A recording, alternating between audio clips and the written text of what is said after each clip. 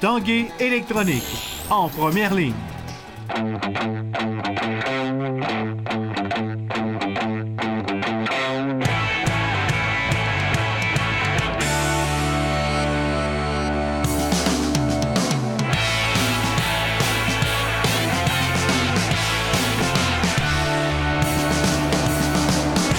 À tous un bon jeudi, bienvenue à l'Esprit sportif. À l'aube de sa 14e saison dans la Ligue nationale de hockey, Antoine Vermette se prépare à son prochain camp d'entraînement des Ducks d'Anaheim. Une saison qui sera spéciale pour le hockeyeur québécois qui pourra atteindre plusieurs plateaux importants. Stéphane Turcot l'a rencontré.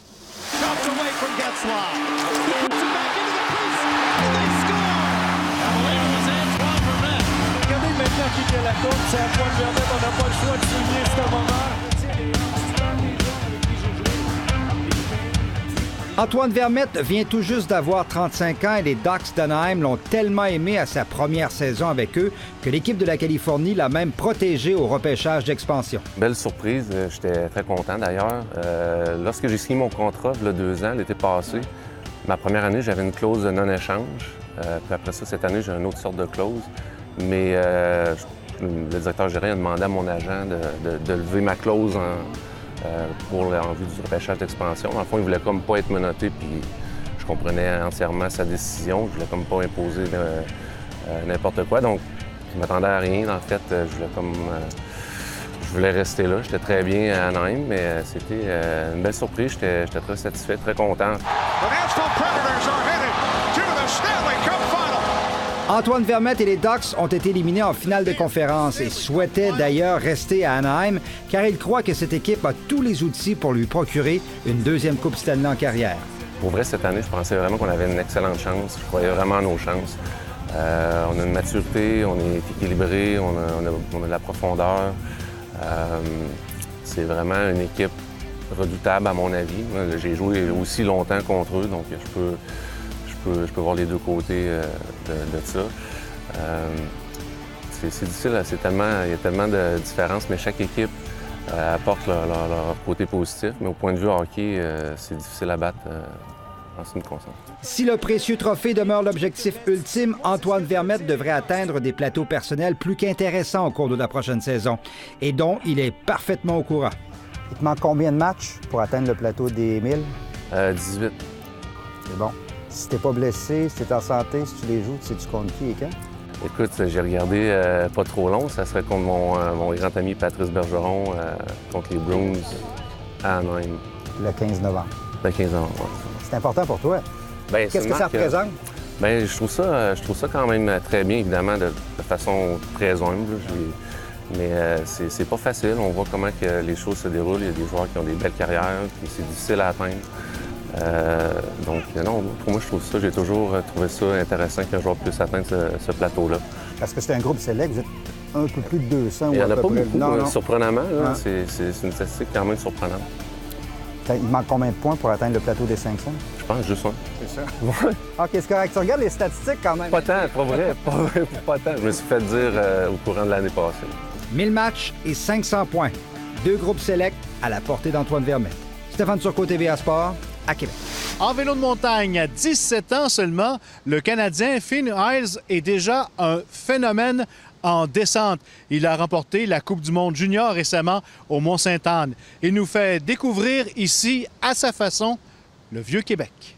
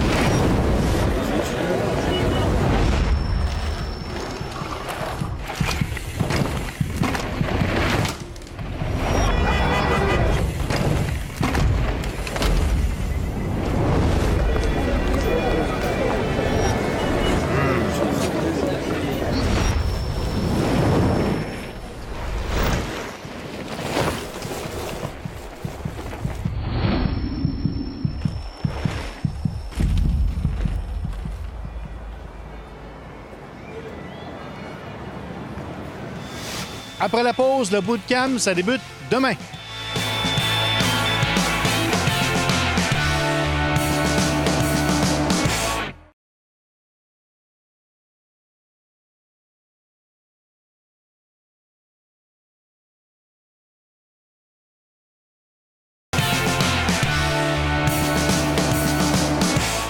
De nombreux joueurs de la Ligue nationale de hockey sont dans la région de Québec en fin de semaine. Après avoir participé ce soir au programme Gagné-Bergeron, ils seront au complexe sportif de Sainte-Foy pendant 3 jours à l'occasion du bootcamp. Je pense qu'on est privilégié d'avoir ça à Québec. Parce que mon partner, c'est vraiment très apprécié.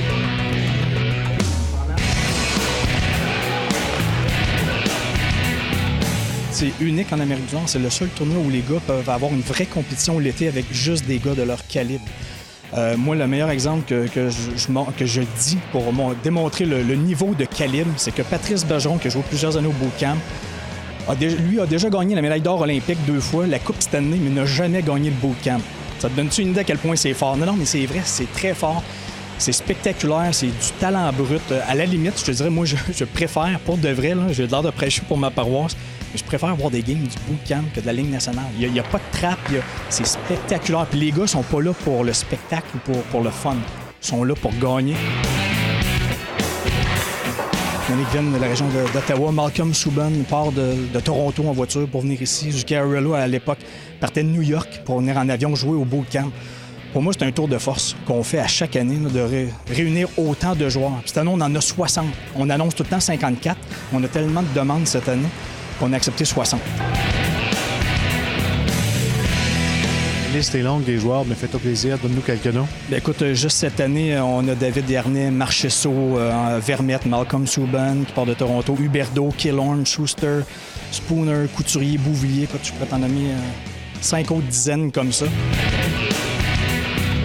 Cédric, 60 joueurs, 6 équipes. Parle-nous un petit peu des 2 équipes jeunesse que tu as composées. Oui, mais la première équipe, c'était l'équipe l'année passée qui nous a surpris avec Anthony Bovillier, puis quelques joueurs qui ont joué avec l'Armada. Puis c'est une équipe jeune, très rapide. Puis c'est des joueurs qui sont habitués de jouer ce genre de tournoi-là aussi. C'est quand même un tournoi sans contact. Donc l'année passée, ils avaient gagné leurs 3 matchs. Mais le dimanche, les hommes les ont rattrapés et puis c'était fait sortir en demi-finale. Donc ils reviennent cette année. Puis il y a l'équipe de Thomas Chabot et un peu des Sea Dogs de Saint John qui vont amener des joueurs très talentueux avec Julien Gauthier, Callum Boo qui est connu quand même dans la région. Ça va permettre vraiment de voir encore une équipe jeune. Puis c'est bon de voir de la relève pour pousser les plus vieux un petit peu. Ça me tient à cœur. Je trouve que c'est un beau tournoi, c'est une belle cause, puis c'est quelque chose qui nous met beaucoup en forme avant de commencer l'année. Puis je suis un gars d'ici, moi, mes parents habitaient à 10 minutes de l'aréna de Sainte-Foy, fait que j'ai grandi ici, puis non, c'est quelque chose qui me tient à cœur. La chance d'aider une belle cause, mais c'est sûr que pour le côté personnel du training, pour nous autres, c'est un niveau de jeu qui est dur à retrouver en plein milieu d'été. Je pense qu'on essaie de faire des parties, mais c'est jamais aussi intense que ça. Justement, il y a quand même une question de fierté, si je peux dire, à la fin. Puis je pense qu'on est tous du monde compétitif, donc ça rend la fin de semaine vraiment amusante. C'est la 4e fois que je rentre dans le bootcamp, puis pour moi, c'est une bonne préparation pour le camp d'entraînement. Il y a des vraiment bons joueurs qui jouent dans le tournoi, puis la pace est haute, puis la calibre est haute, alors je pense que c'est parfait pour nous autres. Ça coûte combien? Pour rentrer, c'est 10 $, c'est 8,70 $ par jour. Pour 3 matchs le vendredi, 6 matchs le samedi et les 2 demi-finales et la finale le dimanche. Et il y a des forfaits de 25 $ pour les 12 matchs au complet. Donc, ça revient moins cher qu'un café par game. Merci Dan, bon succès encore une fois. Merci beaucoup.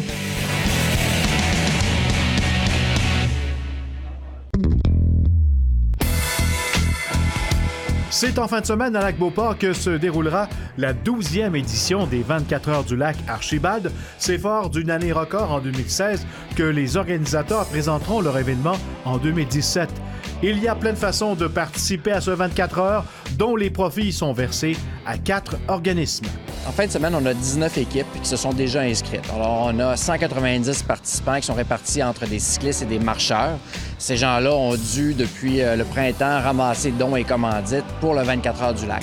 Mais il y a aussi une façon de participer pour la population en général qui s'appelle le volet marcheur d'un tour.